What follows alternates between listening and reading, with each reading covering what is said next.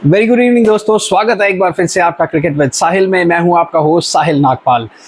जी हाँ, बात करते हैं इंडिया वर्सेस बांग्लादेश की टेस्ट सीरीज की, जो कल शुरू होने वाली है चेन्नई से। 2 टेस्ट मैच होंगे इस सीरीज के अंदर। इसके बाद भारत को जो है 3 टेस्ट मैच न्यूजीलैंड के अगेंस्ट खेलने हैं, वो भी होम सीरीज होगी। और उसके बाद कड़ा अभियान शुरू होगा, जिसके लिए काफी देर से इंतजार किया जा रहा है और वेट की जा रही है। जी हाँ, बॉर्डर गवास्कर ट्रॉफी जो होगी इस बार ऑस्ट्रेलिया में होगी। 5 टेस्ट मैचेस होंगे, वो नवंबर से होगा। इस सीरीज की क्या अहमियत रहेगी, क्या बिल्डअप रहेगा, अगर हम बात करते हैं आईसीसी टेस्ट चैंपियनशिप की, जिसका अगले साल जो है जून के अंदर लंदन के अंदर जो है फाइनल होने वाला है। भारत पिछली 2 बार जो है 2021 और 23 के अंदर रनर्स अप रह चुके हैं। एक बार जो है हम न्यूजीलैंड से फाइनल हारे, एक बार ऑस्ट्रेलिया से पैट कमिंस की कप्तानी में जो है 2023 में पिछले साल हारे। इस साल भारत की 68.52% जो है विनिंग परसेंटेज है। अभी टेबल टॉपर्स हैं, भारत के आगे अभी 10 टेस्ट मैचेस खड़े हैं। 2 टेस्ट मैचेस ये बांग्लादेश के खिलाफ, फिर 3 न्यूजीलैंड के खिलाफ, और उसके बाद 5 टेस्ट मैचेस जो है बॉर्डर गवास्कर ट्रॉफी के रहेंगे। ये टेस्ट सीरीज हर लिहाज से बहुत महत्वपूर्ण रहेगी, बहुत इंपॉर्टेंट रहेगी, क्योंकि अगर हम भारत की स्क्वाड भी देखें तो लगभग इसी तरीके की स्क्वाड जो है आपको बॉर्डर गवास्कर ट्रॉफी में भी दिखने को मिलेगी। और लगभग यही जो टीम रहेगी आगे आईसीसी टेस्ट चैंपियनशिप फाइनल के भी जो है भारत प्रबल दावेदार हैं। हालांकि 10 टेस्ट मैचेस का जो आगे का है दौर, उसको भारत को पार करना पड़ेगा, तभी डिसाइड किया जा सकेगा कि क्या रहेगा। लेकिन अभी तक की जिस तरीके की परफॉर्मेंस चल रही है, और ये टेस्ट सीरीज जो है हर लिहाज से इंपॉर्टेंट होगी। यहाँ पर अगर हम भारत की स्क्वाड पे नजर बनाएं तो अगर हम देखते हैं स्पिन डिपार्टमेंट के अंदर रविचंद्रन अश्विन है, अक्षर पटेल है, कुलदीप यादव हैं। और अगर हम फास्ट बॉलिंग डिपार्टमेंट को देखें तो यहाँ पर जो है मोहम्मद सिराज, जसप्रीत बुमराह जो है, उनको हम काफ़ी समय के बाद देखेंगे। आईसीसी T20 वर्ल्ड कप के बाद अब हम उनको जो है रंग में देखेंगे।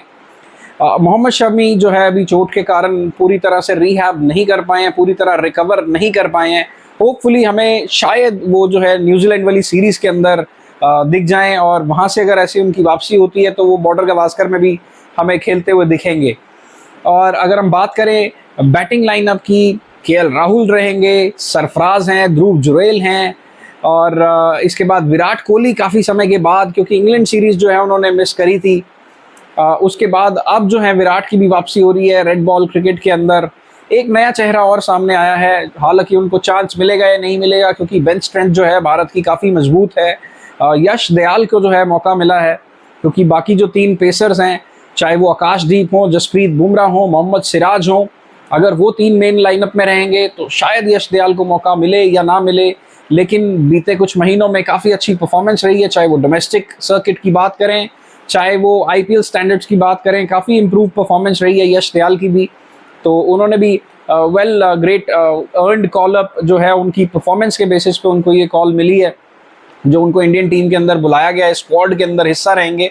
और सामना होगा एक कॉन्फिडेंट बांग्लादेश साइड का, जो कि काफ़ी अच्छी कप्तान शंटो के अंदर जो है ये अगुवाई में अभी पाकिस्तान को हरा करके 2-0 क्लीन स्वीप, और बहुत डिफिकल्ट सिचुएशन में मैचेस, मरे हुए मैचेस को बिल्कुल मार के पाकिस्तान को आया। पाकिस्तान को पाकिस्तान के अंदर जाके हराना भी एक डिफिकल्ट टास्क था, और जिन हालातों से बांग्लादेश गुजर रही थी, तो मोमेंटम काफ़ी अच्छे कैरी करके आ रहे हैं, मोराल काफ़ी हाई है।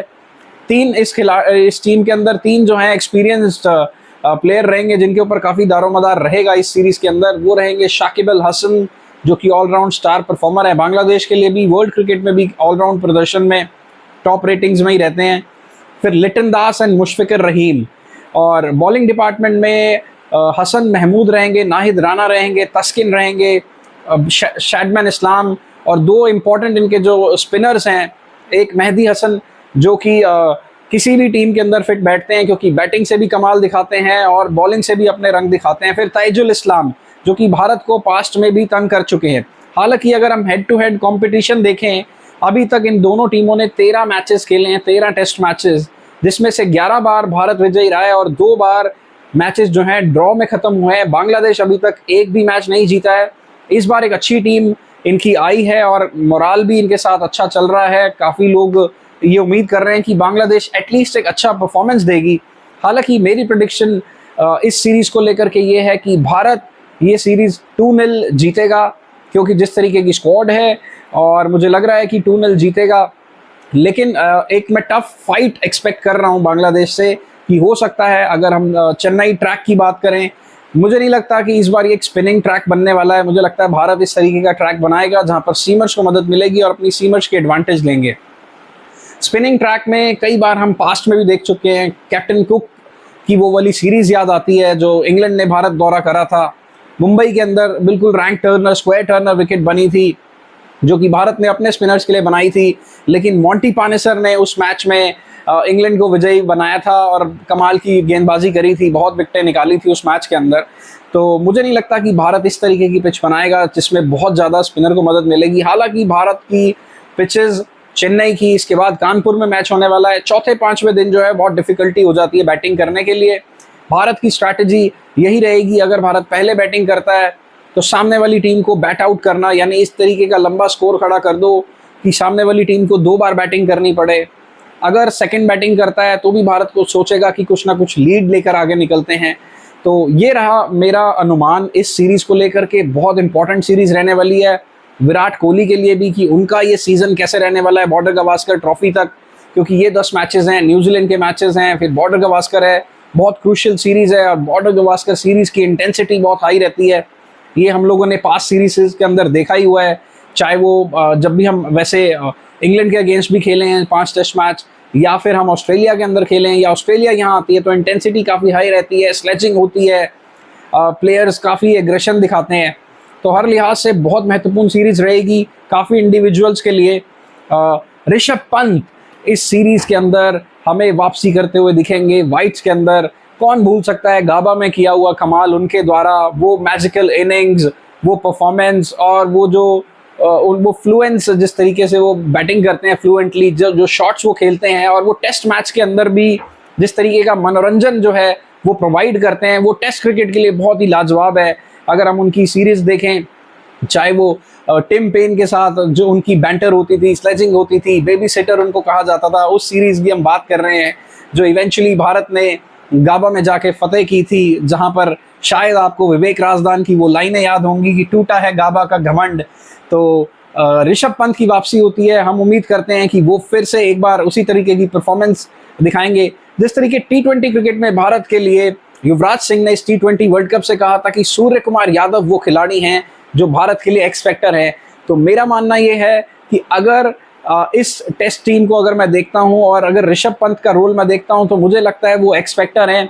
उनकी जो इनिंग होती है वो अगेंस्ट द मैच का जो जिस तरीके का मोमेंटम चल रहा होता है वो अगेंस्ट द ऑपोजिशन जाकर के खेलते हैं। वो बिल्कुल गेम जिस स्पेस पे चल रही है उसके ऑपोजिट खेलते हैं। अगर गेंद जो है 3-3.5 रन का मैच चल रहा है, 3-3.5 रन की रन रेट चल रही है, वो आके आपको 80 बॉल पे 100 रन निकाल के दे सकते हैं, 60 बॉल पे 90 रन निकाल के दे सकते हैं, एक सेशन में गेम को पलटने की हिम्मत रखते हैं, क्योंकि उनके अंदर वो कैलिबर है और वो इस चीज़ को बैक भी करते हैं कि वो लंबी हिटें मारते हैं, छक्के मारते हैं, स्पिनर्स के आगे चांस लेते हैं।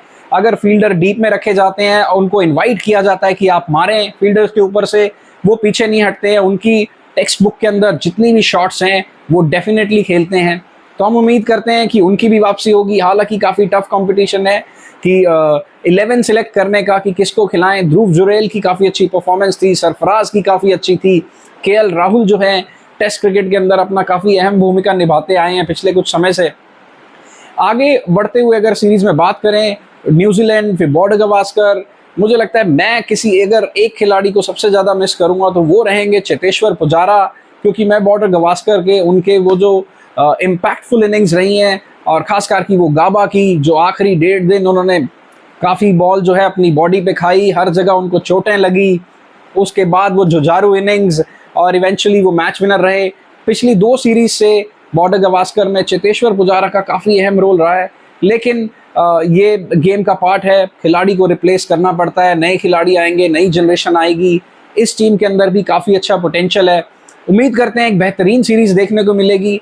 पर्सनली मैं चाहूँगा कि बांग्लादेश एक अच्छी फाइट जो है पुटअप करे। अगर हमें अच्छे टेस्ट मैचेस देखने को मिलेंगे कि जहाँ पर 1-2 सेशन 3 सेशन में बांग्लादेश भी आगे निकले, अगर टफ मैच भारत बना के निकलेगा और वहाँ से जीत के निकलेगा तो वो अपने आप में ही कॉन्फिडेंस बूस्टर रहेगा आने वाली सीरीज़ के लिए। तो उम्मीद करते हैं एक बहुत बेहतरीन सीरीज़ देखने को मिलेगी और किंग कोहली, ऋषभ पंत और ये सारे स्टार खिलाड़ी एक बेहतरीन सीरीज़ को जो है स्टार्ट करेंगे और पूरा सीज़न जो आगे है मज़ेदार रहेगा। तो बांध लीजिए कुर्सी की पेटियां और तैयार रहिए। टेस्ट सीरीज शुरुआत हो रही है और यहाँ से शुरुआत हो रहा है भारत के इस पूरे सीजन की क्रिकेट की। यहाँ से अभी 2 टेस्ट मैचेस, फिर 3 T20, उसके बाद 3 टेस्ट मैचेस न्यूजीलैंड के साथ खेलेंगे, फिर 5 T20 के लिए भारतीय टीम साउथ अफ्रीका टूर करेगी। और उसके बाद main strength, full strength team जो है वो ऑस्ट्रेलिया जाएगी 5 मैचेस की सीरीज खेलने, बॉर्डर गवास्कर खेलने। उसके बाद इंग्लैंड को हम घर पे होस्ट कर रहे हैं 3 वनडे। फिर हम चैंपियंस ट्रॉफी खेलने जाएंगे या नहीं जाएंगे, इस पे काफ़ी अटकलें बनी हुई हैं। क्या होगा, क्या भारत पाकिस्तान जाएगा या नहीं जाएगा, वो बाद की बात देखी जाएगी किस तरीके से क्या रहेगा। और उसके फ़ौरन बाद आईपीएल और आईपीएल के बाद आईसीसी टेस्ट चैंपियनशिप फाइनल। तो हम उम्मीद करते हैं कि भारत जिस तरीके से इस बार बारबेडस के अंदर जो है तिरंगा लहराया था, उम्मीद करते हैं इन 10 मैचों से जो जर्नी तय होगी और वो लंदन में जाके समाप्त होगी, जब भारत कप्तान रोहित शर्मा की अगुवाई में वहाँ पर भी तिरंगा लहराएगा। और यही उम्मीद करते हैं अपनी भारतीय टीम से और भारतीय कप्तान से। थैंक यू सो मच मेरी ये वीडियो देखने के लिए। अगर आपको ये वीडियो अच्छी लगी है तो आप इसको लाइक करें, चैनल को सब्सक्राइब करें, अपने दोस्तों के साथ शेयर करें। किसी भी प्रकार की अगर आपकी फीडबैक है तो कमेंट्स में लिख के मुझे बताएं। Thank you so much, thank you for watching my video, take care, thank you.